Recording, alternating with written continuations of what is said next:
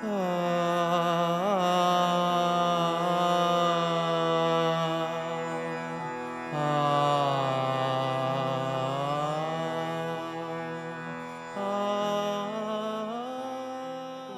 third series of the Amplify Voices of Global Majority, focusing on the roots of yoga.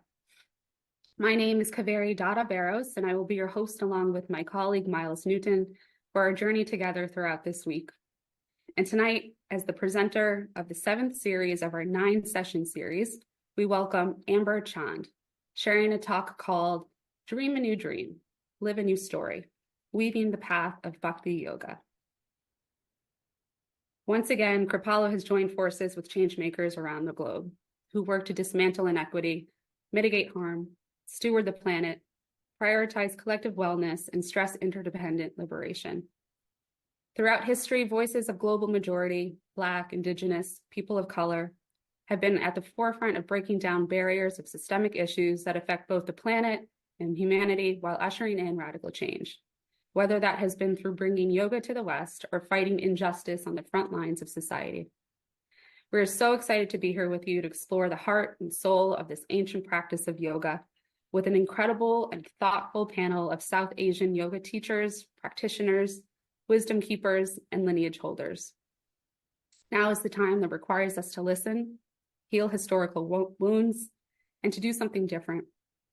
We entered this work as an act of community care because none of us can be well unless all of us are well.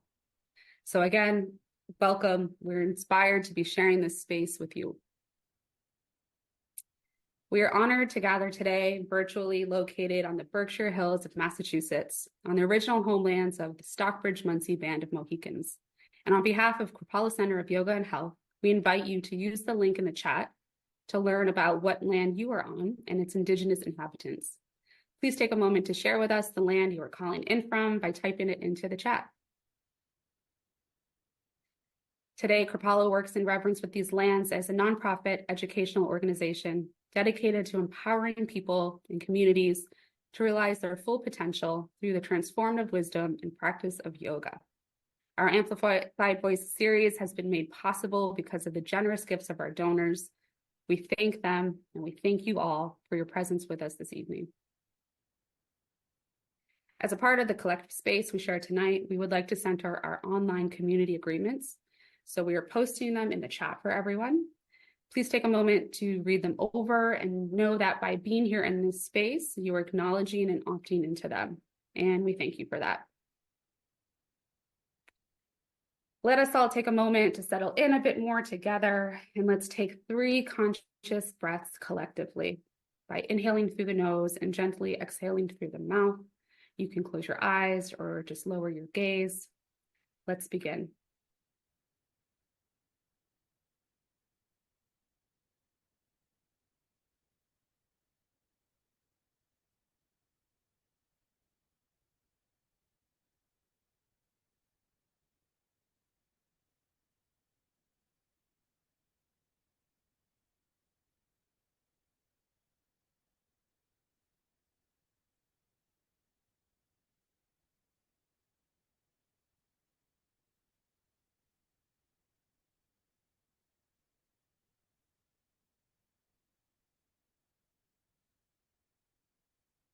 Thank you all. Tonight, we're excited to have our Amplify artist in residence, Chetna Mehta, join us again to share a little more about her process, inspiration, and the creation of a digital piece of art that represents the essence of the material presented in the Amplify series. Welcome back, Chetna. We're so grateful to have you here and invite you to come on and share some more about the work and the process that you are doing.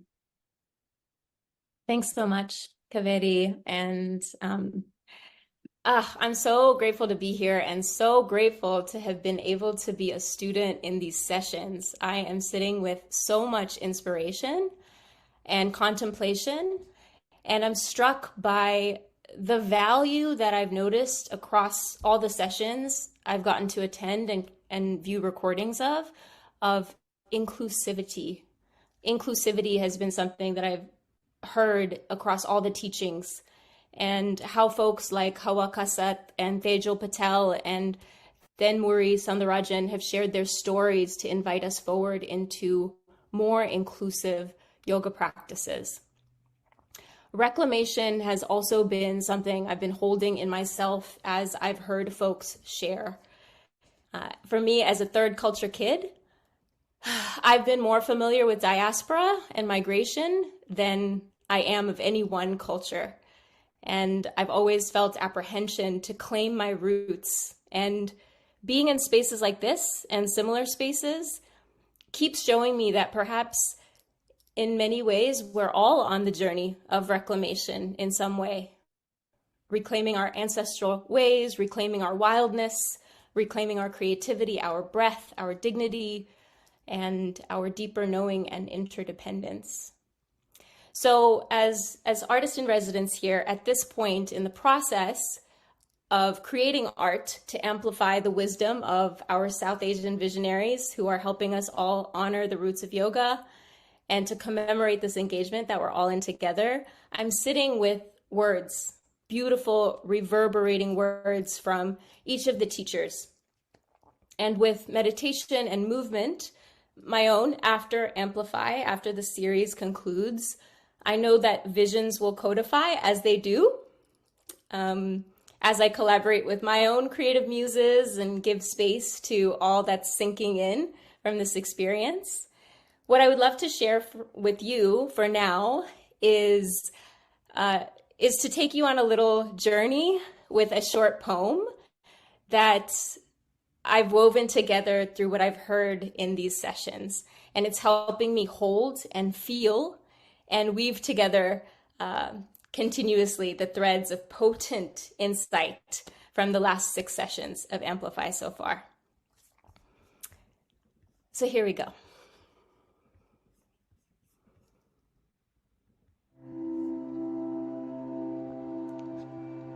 Satya, Satya, profound and deep. Gate kept by none for us all to seek. Acharya Ji says, the truth of yoga is no less in any language, for when you speak from the heart, the truth is received. South Asian sages honor these roots by building bridges from west to east and east to west, for radical unity and cosmic embrace in every corner and embodiment space. May we continue to acknowledge historical harms with our deep exhales, with our extended arms and open eyes. Let us heal these soul wounds beneath one skies. May our obstacles cease fire by the grace of Ganesha. Let us surrender on the mat our dogma, our exclusion, but not our critical thinking, not our autonomy. Then Muri says, if we can open our hips, we can open our hearts to create yoga sanghas open to all. May we discard the binary of purity and pollution. Let us body our ojas, our ahimsa, our Ishvara, the force that animates every sand particle, every breeze and breath and blade of grass. May we remember our true nature, our ancestral flow. 1,000 petals for the Yoni Puja to bless what we used to know. As African proverb goes, history will be marked by the hunters, not the lions. Yet the lions are roaring now, chanting our tantric sound, mortality merging and unmerging with divinity in a wild yogini dance on fertile ground. Puja listens to the primordial waters whisper, all beings at home on the earth as a whole. May this decolonization ripple out to our collective liberation. Om Shanti, Shanti, Shanti.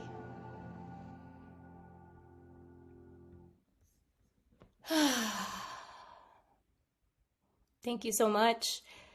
I am so honored to be able to take on some of the words and wisdom that I've heard and to create art with it. We will reveal the final visual art piece in an online workshop on June 4th with Kripalu on the topic of reclaiming our creative inheritance. This piece will eventually be exhibited at the center, and I'm looking forward to sitting with the forthcoming sessions, including this one with Amber, to allow the visuals for this piece to emerge through further contemplation. Thank you.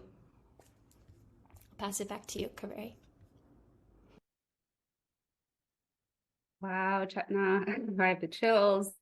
I have the tears. Extremely moved, extremely moved. Thank you. I cannot wait to see this piece of art. Thank you. With deep appreciation and reverence, we welcome Amber Chand as our guide for the evening. Amber is a visionary guide, global storyteller, and an inspirational speaker whose Dream a New Dream program and international retreats offer a potent vision for living into a new story from a place of courageous love, fearless imagination, and enlivened wisdom.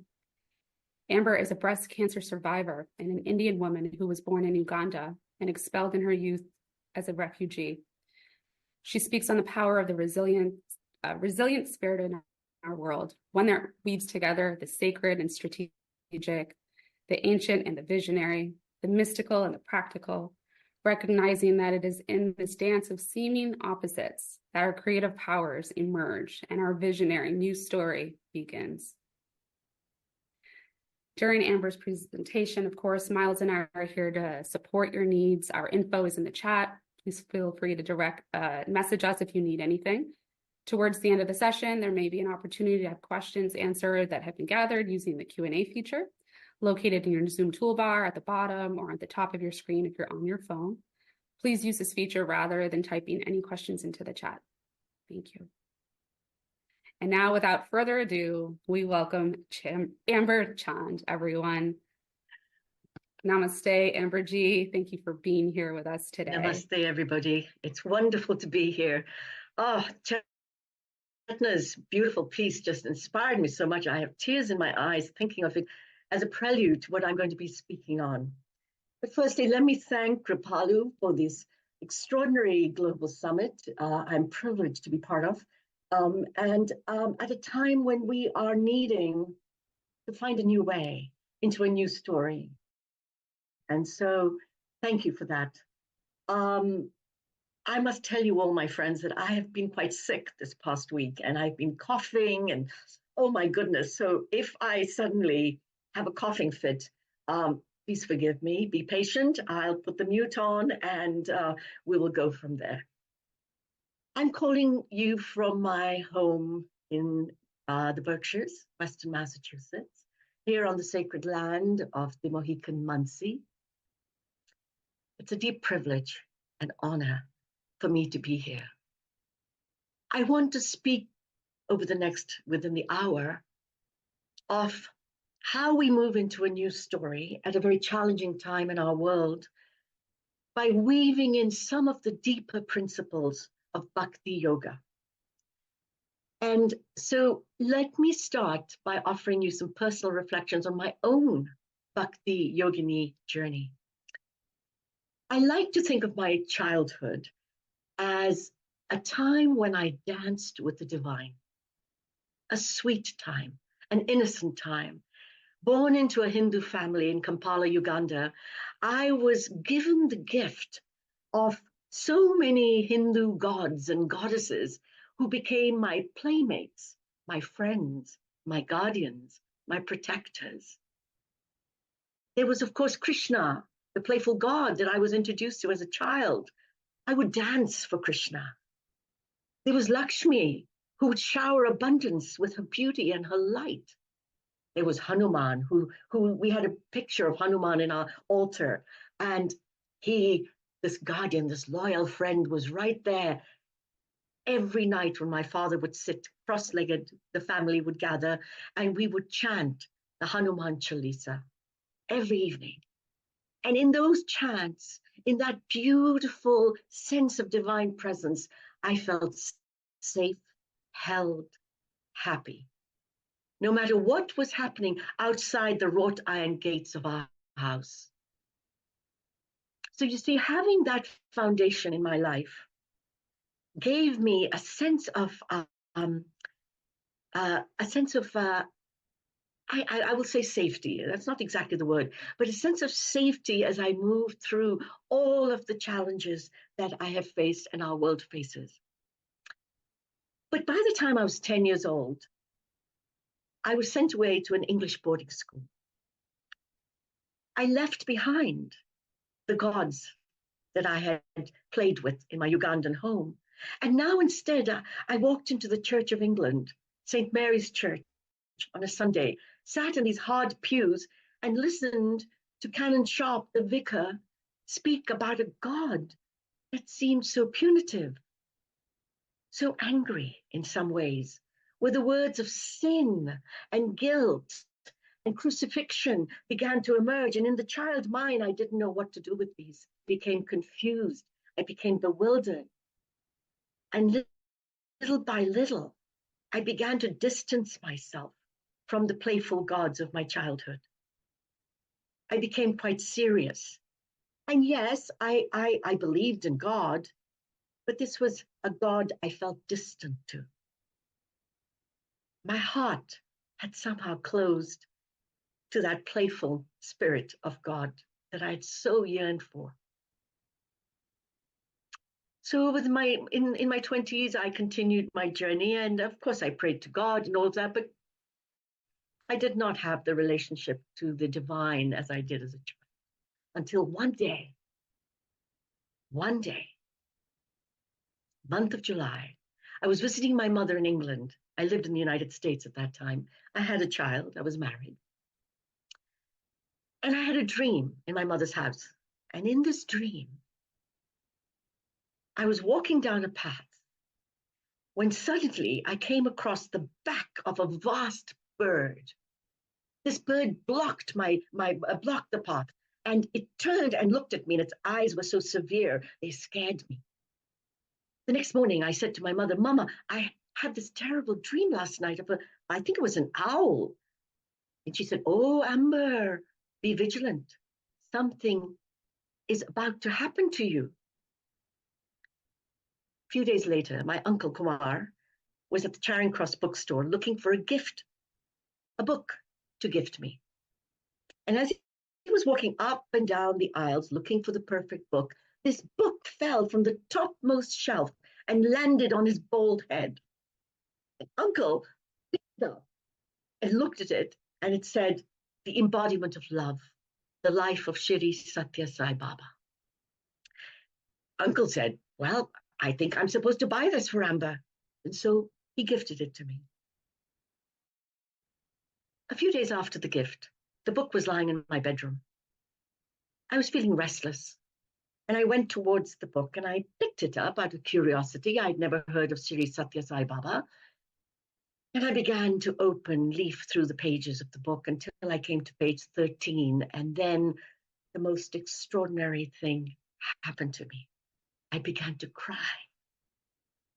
I fell on my knees and I cried as if a dam, a karmic dam, an ancient dam, an ancestral dam had just unleashed its waters. And I found myself whispering, I am home. I am home. I am home. Could this be divine choreography? The dream, Uncle's gift, and then this moment of grace, I have to call it, where I was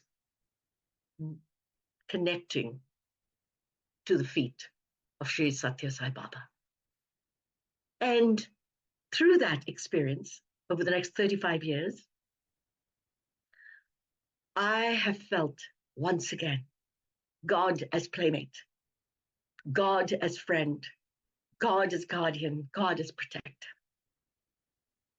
My love for Sri Satya Sai Baba was so vast, intoxicating, wild, a little mad. The form was there. Sai Baba would come to me in dreams and give me instructions. Sometimes when I was meditating or praying, the smell of sandalwood would waft through the room, smell associated with Swami. And then once when I was looking for a house to buy, he stood in the window, the bay window of the house. Physically, I saw with these two eyes, even though his body was in India. So you see, for me, in my journey, the divine path of devotion and love has just always been there, with those moments of arid dryness, those deserts of feeling lost. And today, even though I'm not in that intoxication space with Sai Baba, it is his message that carries me. His message, hurt never, help ever. Love all, serve all. I see myself today as an emissary of the messages that have come out of Sai Baba and many other sages and wise beings. So in offering you these reflections, I bow to the path of bhakti, the path of devotion, path of love. It's a treacherous path. It's a joyful path. It's a sacred path. And it's a path where we are all called to become embodiments of love. For that is who we are.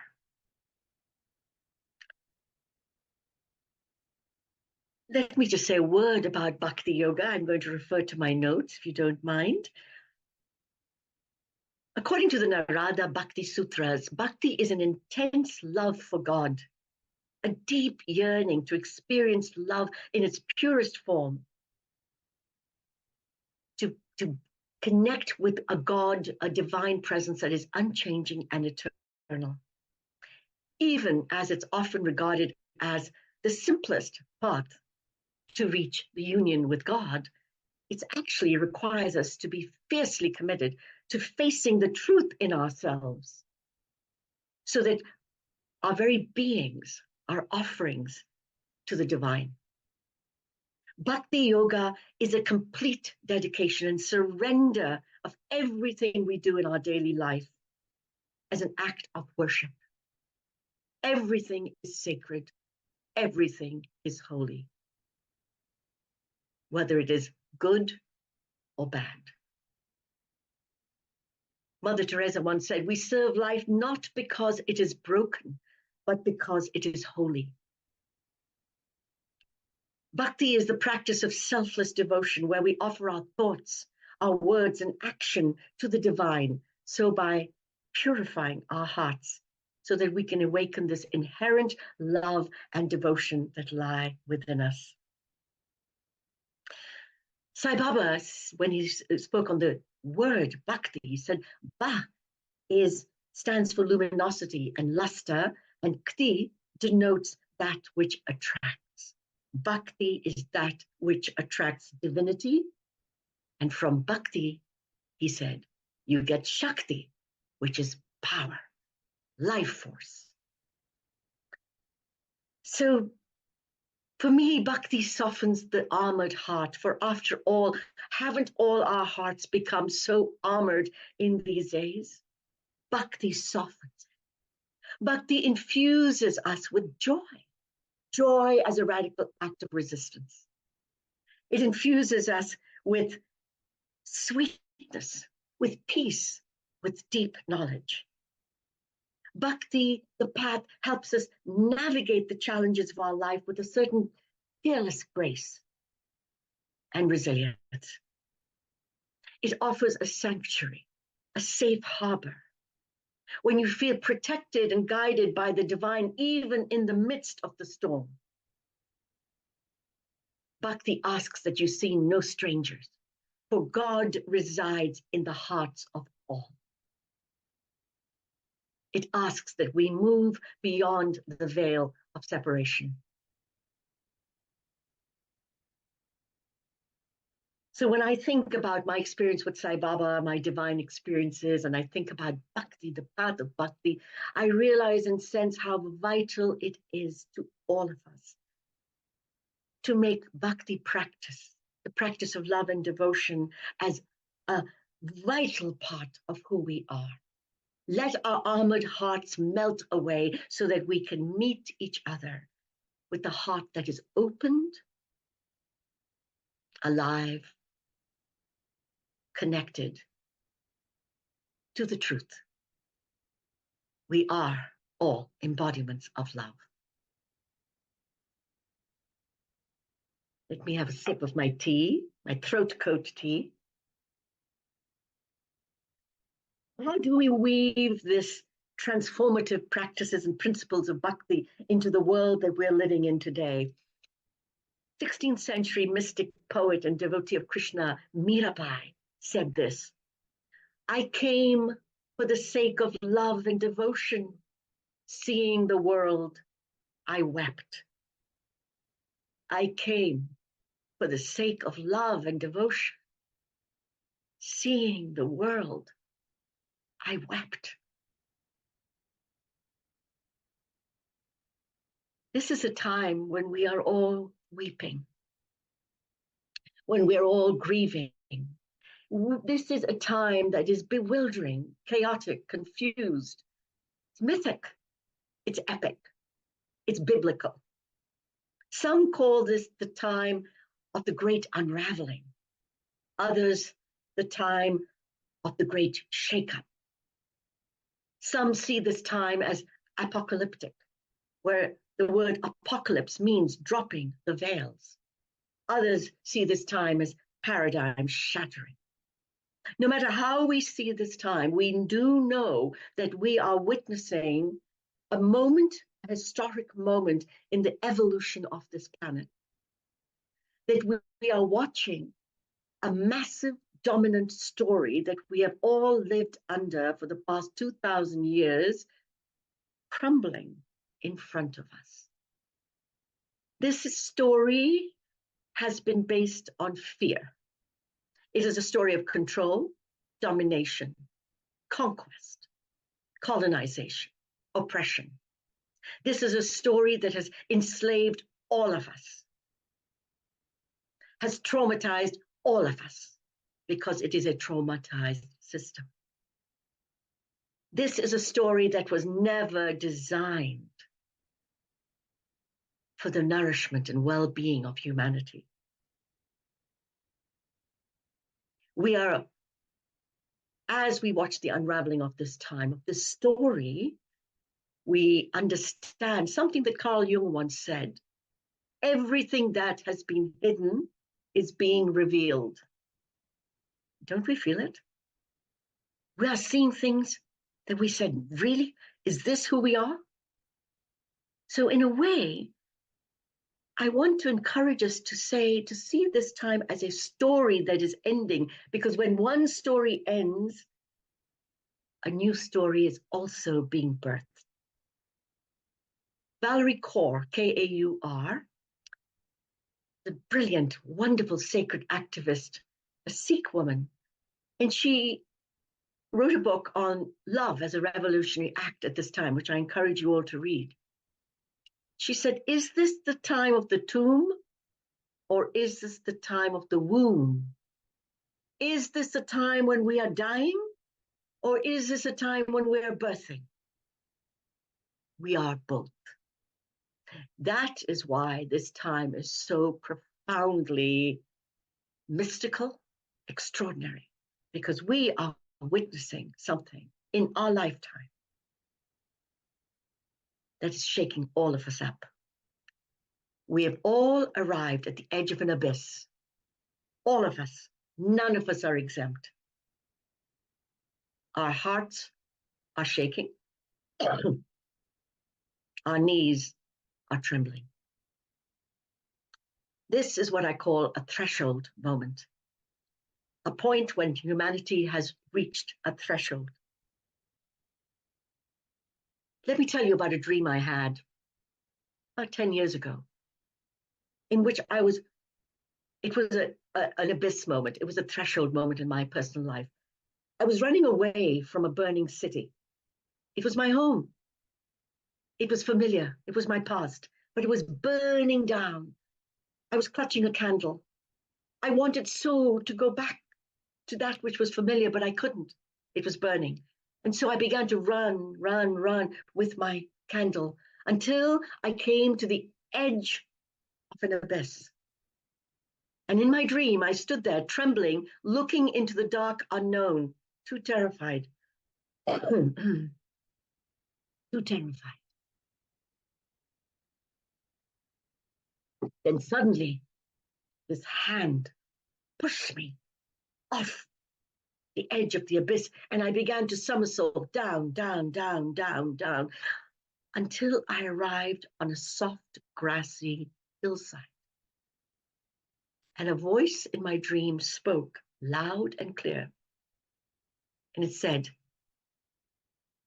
"You have left the kingdom of fear and greed. You are now in the kingdom of love. Here, the rules are different. Pay attention. Pay attention." So you see, the abyss moment with trembling knees and shaking hearts might actually be the invitation into this new story,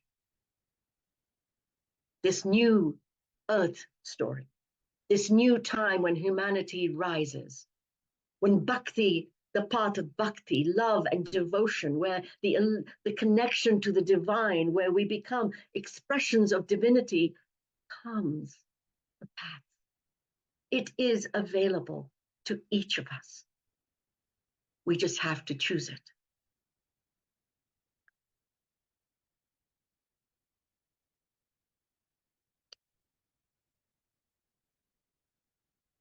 I'm just looking at the time because I wanted to, I was going to offer you a transmission I received, but I think I don't have the time for that, so no worries.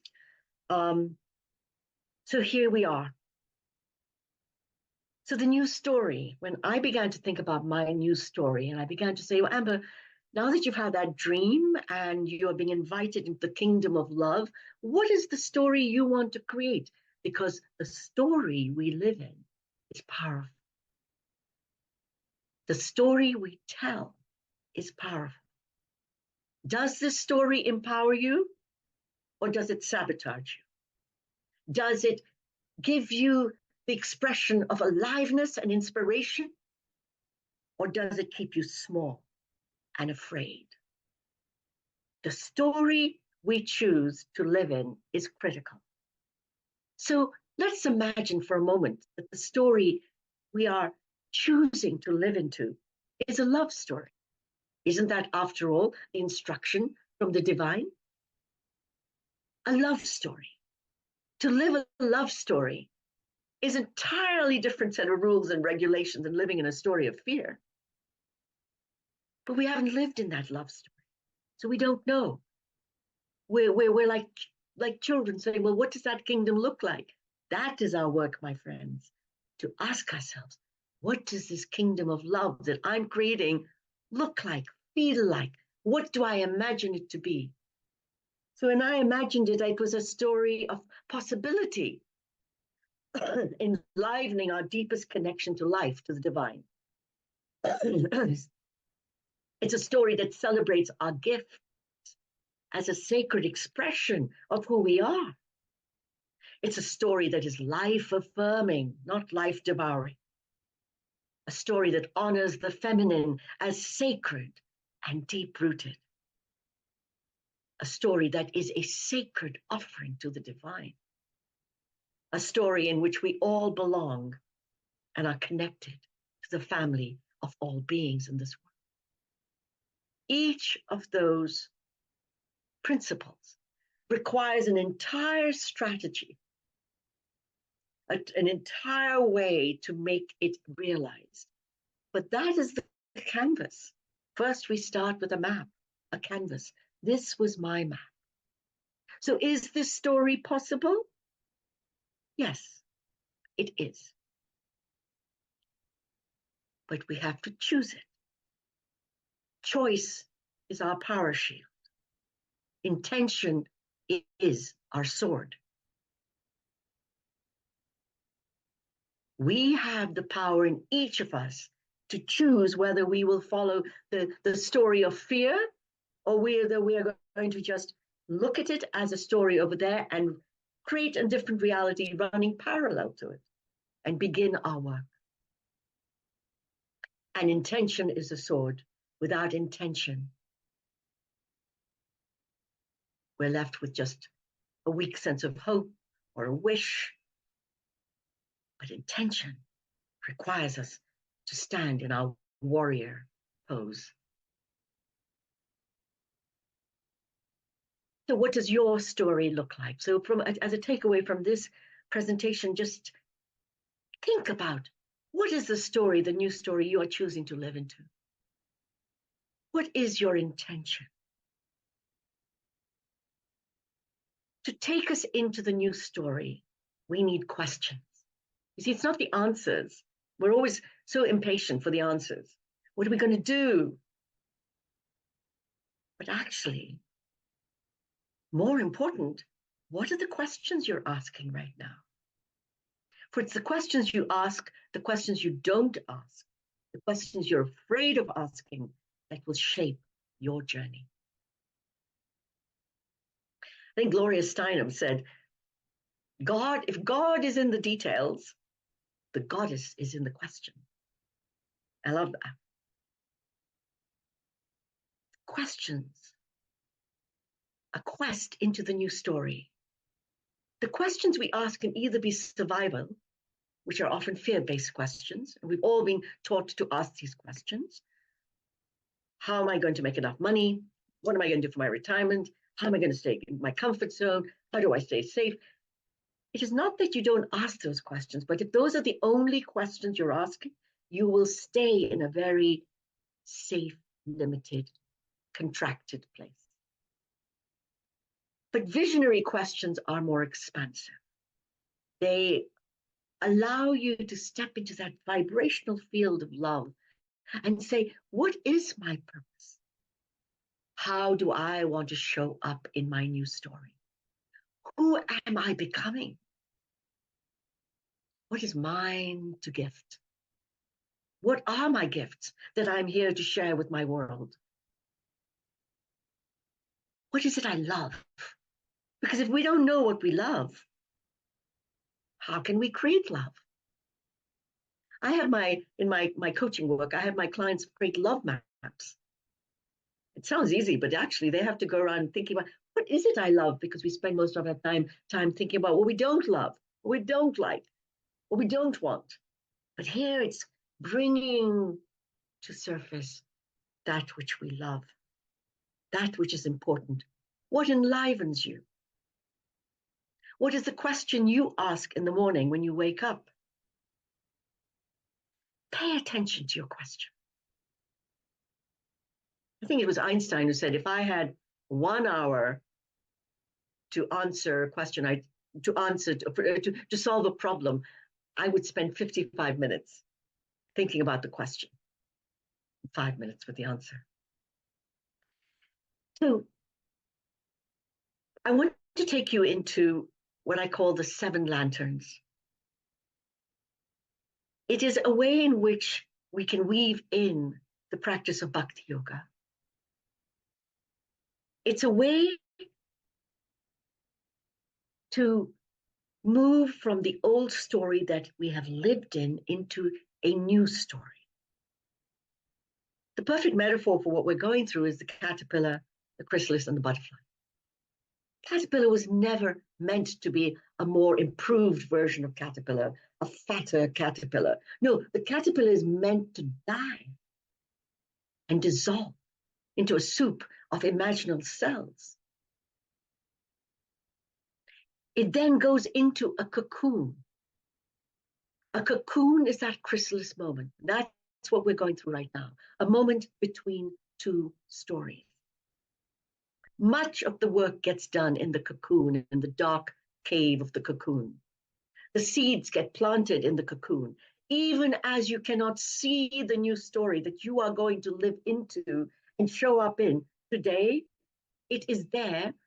But first, you have to give yourself the invitation to go into this time of gestation, the cocoon. So the 7 lanterns, I created this based on my own journey as I went through breast cancer and my own life as a refugee woman from Uganda. I mean, all of the ways in which I've had to deal with transitions, moving from story to story. So these were the 7 lanterns that I created for myself.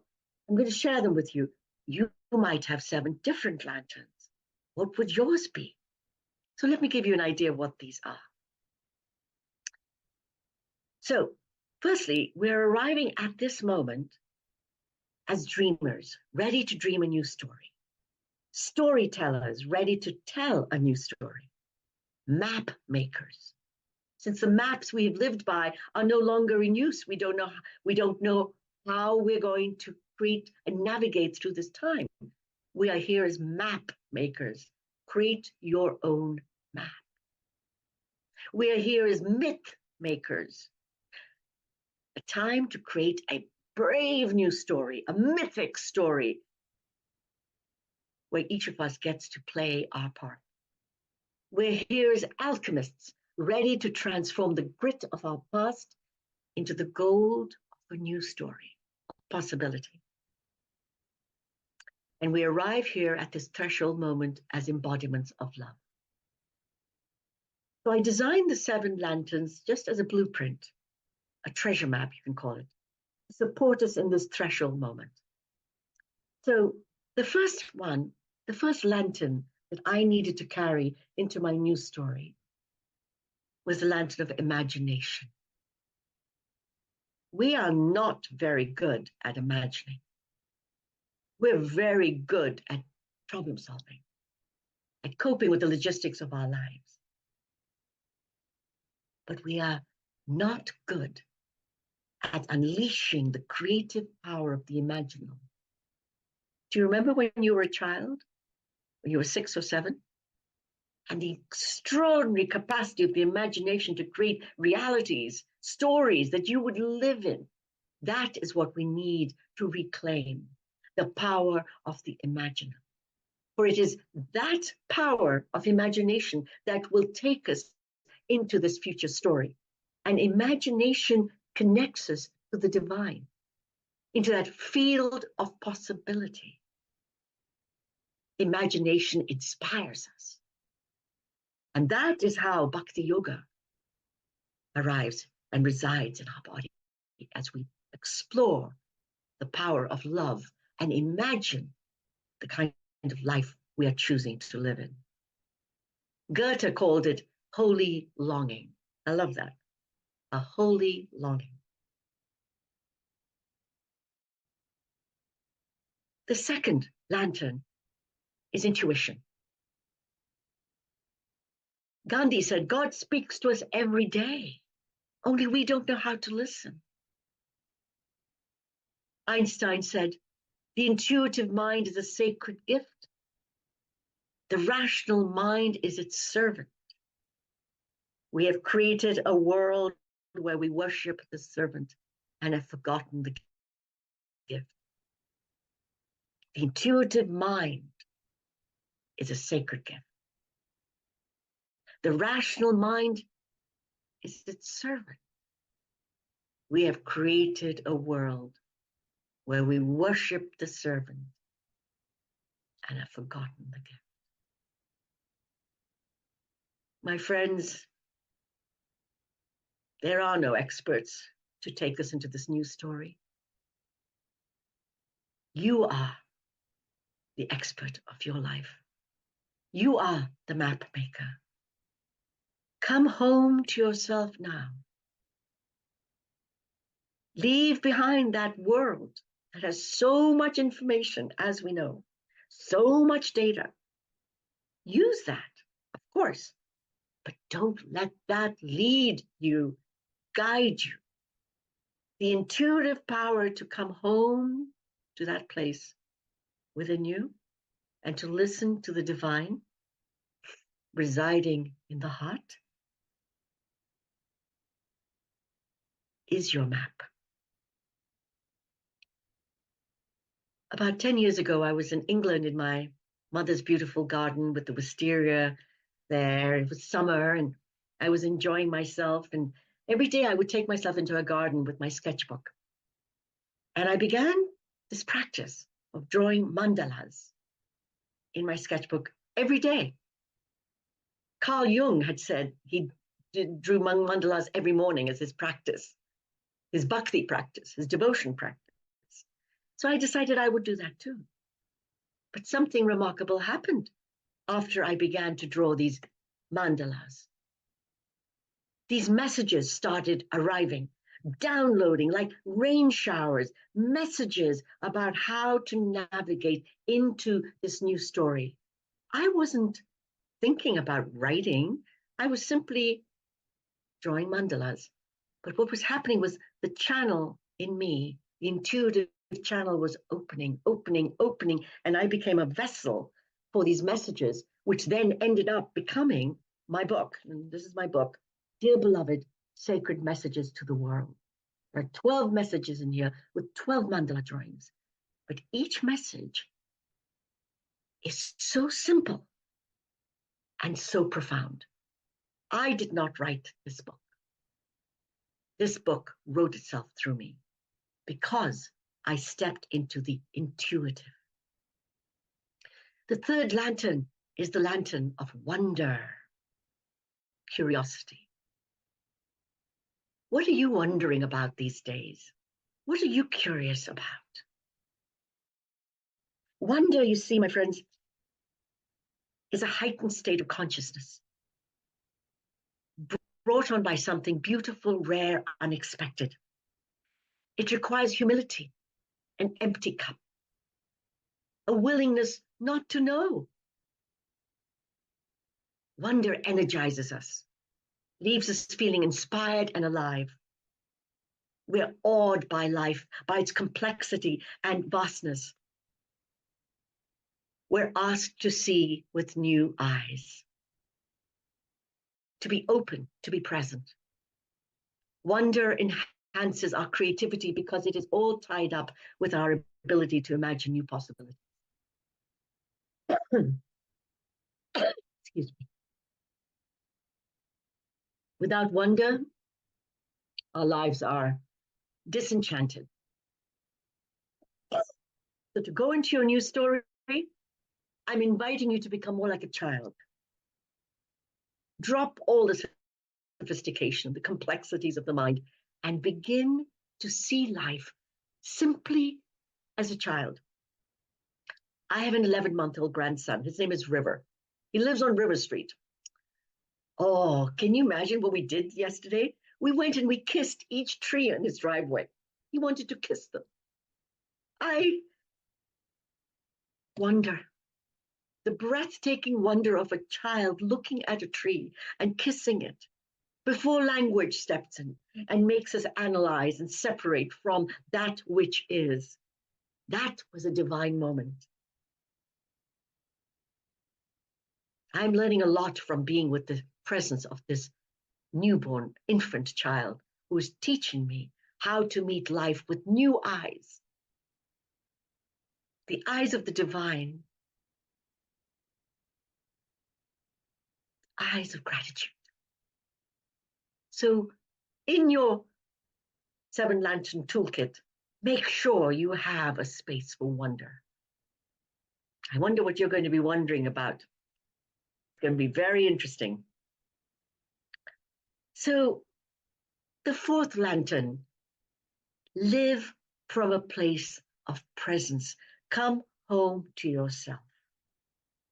Rumi, who was so totally into Bhakti, the Sufi mystic, said this, do you know who you are? You are a manuscript of the divine. And then he said, you were born with potential. You were born with goodness and trust. You were born with ideals and dreams. You were born with greatness. You were born with wings. You are not meant for crawling. So don't. You have wings. Learn to use them and fly. You see, in the old story, we all learned how to be very small. We lost our voice. Our voice didn't matter. We feel we're not worthy of our dreams. We don't deserve our dreams. I'm not good enough. But when you know you are a manuscript of the divine, when you know you are a sacred gift from the divine, how is it possible to loathe oneself, to despise oneself, to keep oneself small and limited? Fear is a contagious virus. It is fear that keeps us there. The new story asks that we love ourselves, all the imperfections, all of it. For in coming home to ourselves, to the presence, the essence of who we are, we allow the divine spark that we are to shine. My little river grandson is teaching me that. This miracle of life. We were all once newborn. So let us not squander this capacity to meet ourselves in our presence, in our essence. And we live in a world that invites us not to be in presence, but to be in pretense. We live in a world where the true face is hidden. This is the tragedy of this time for me, I feel. It's social media appearance, selfies. It's all of that world that requires us to step out of the essence and leave ourselves behind so we can now become something, an untrue face. So what is your true face? Where are you hiding today from that place where you feel you matter? Where is it you feel you don't matter? Where is it you feel you're not worthy? Ask yourself these questions. Dive in deeper. This journey is not for the fearless. It's for the fearless. It is a fierce journey. It requires courage. The questions will take you there. You are a divine manuscript.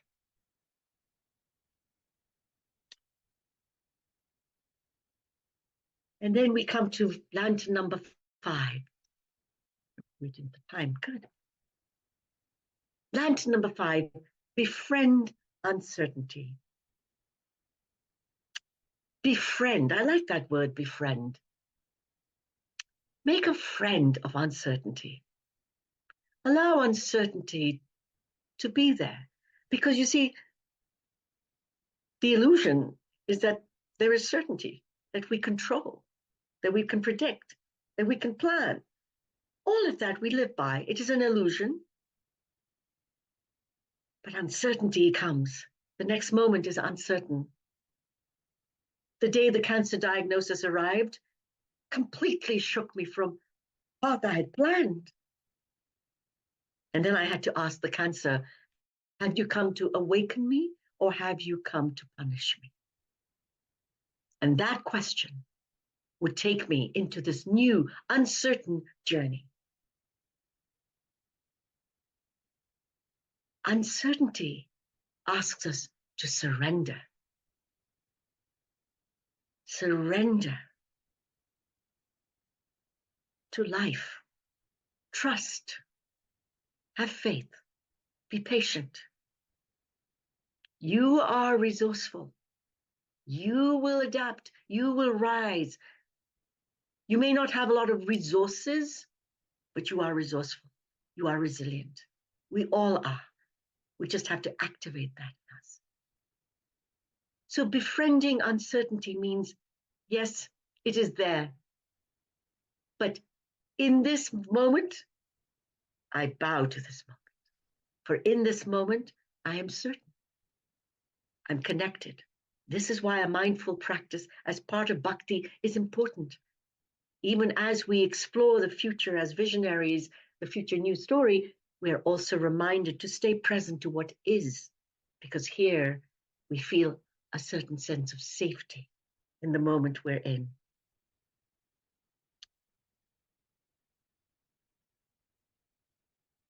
And one of the things about uncertainty is the darkness that we get thrown into.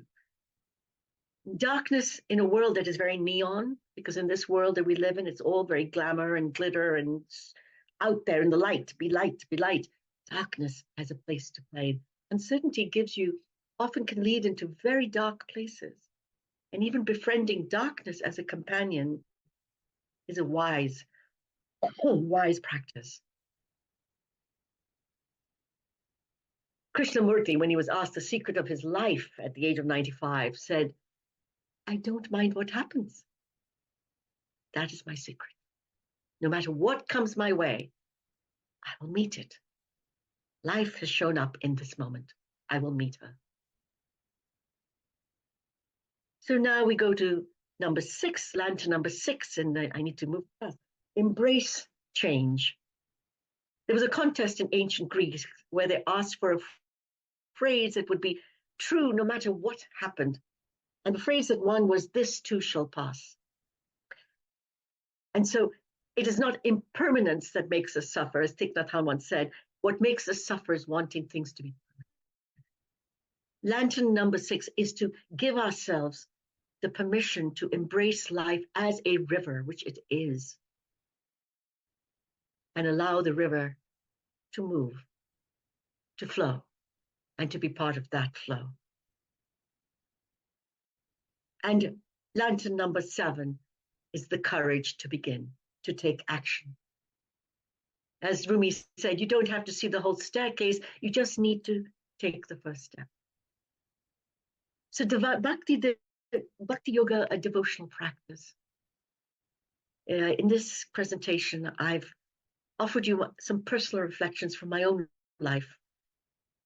And I've guided you into thinking, reflecting on how love and devotion can become profound new foundational principles for our world today. That it is a love story that we are seeking to tell and to live in. And that no matter what happens as the unraveling of the old story happens around us, we do not get buffeted by the storms that are there. We stay steady as a flame of a candle. And that steadiness comes from our connection to the deep divine presence that resides in each of us.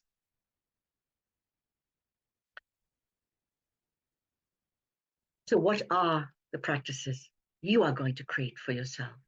What are the steps you are going to take to carry yourself into this new love story? So I'm going to end now with a poem from Hafiz. And I love this poem, and I hope you will love it too. I sometimes forget that I was created for joy. My mind is too busy. My heart is too heavy. Heavy for me to remember that I have been called to dance, the sacred dance for life. I was created to smile, to love, to be lifted up, and to lift others up. O sacred one, untangle my feet from all that ensnares. Free my soul. That we might dance, and that our dancing may be contagious.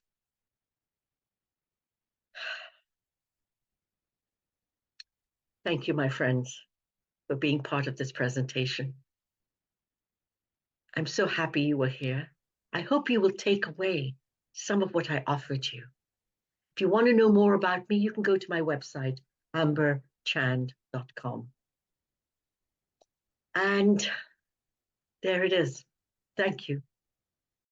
Oh,